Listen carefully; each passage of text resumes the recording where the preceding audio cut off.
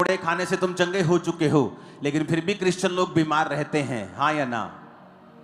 Bible में लिखा है, इसका मतलब ये नहीं है कि आप बीमार नहीं होंगे अगर उसने कोड़े खाए हैं तो। लेकिन वचन में ये लिखा है कि तुम्हें विश्वास करना होगा, उस वचन को मुझे पर्सनलाइज करना होगा, अपना बनाना होगा, उस वचन के साथ मुझे प्रार्थना करनी होगी, उसे इंडिविजुअल लेना होगा, व्यक्तिगत रूप के ऊपर लेना होगा, तो परमेश्वर मुझे छुटकारा देगा। कितने लोग हैं जिनके बच्चे नशा करते हैं? आपने कौन से वचन के साथ कब प्रार्थना की है कि परमेश्वर आपके बच्चों को छुटकारा दे? किस वचन के साथ आपने प्रभु से फाइट की है? क्योंकि जब मैं डिप्रेशन में था और जब मैं परमेश्वर में आने के बाद और ज्यादा बीमार हो गया था, आपको ये बात शायद मालूम नहीं, बहुत कम लोगों को। 2004 में मैं प्रभु में आया और 5 में जिस कारण मैं परमेश्वर में आया था, मेरी हालत उससे भी ज्यादा खराब हो गई थी। लेकिन एक बात मैं समझ चुका था कि प्रभु यीशु मसीह जीवित परमेश्वर है।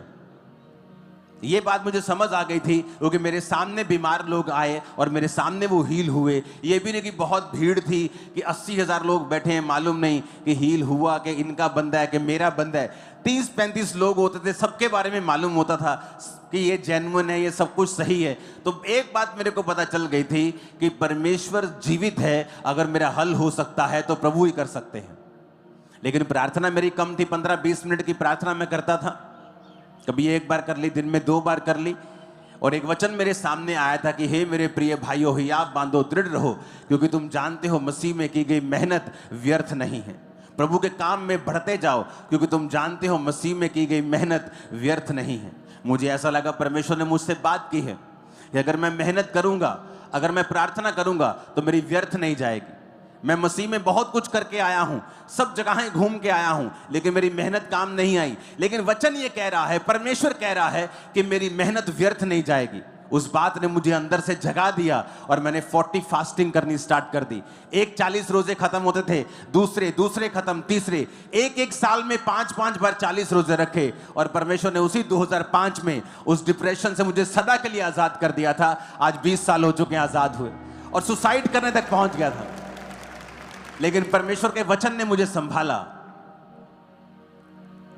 क्योंकि जब आप वचन पढ़ेंगे, एक ना एक दिन कोई ना कोई वचन आपके दिल में घर कर जाएगा।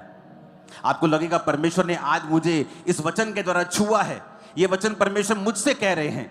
और वही वचन के साथ आप प्रार्थना करने लगेंगे, उसी वचन के साथ अपनी जिंदगी गुजारने लगेंगे, और आप देखेंगे जल्दी छुटकारा आपकी लाइफ के अंदर होगा। आमीन। वो मार्ग भी छूटा, वो आदमी भी छूटा, उसका परिवार भी छूटा, उसका फाइनेंस भी छूटा, सब कुछ छूट गया। और छुड़ाया किसने? ये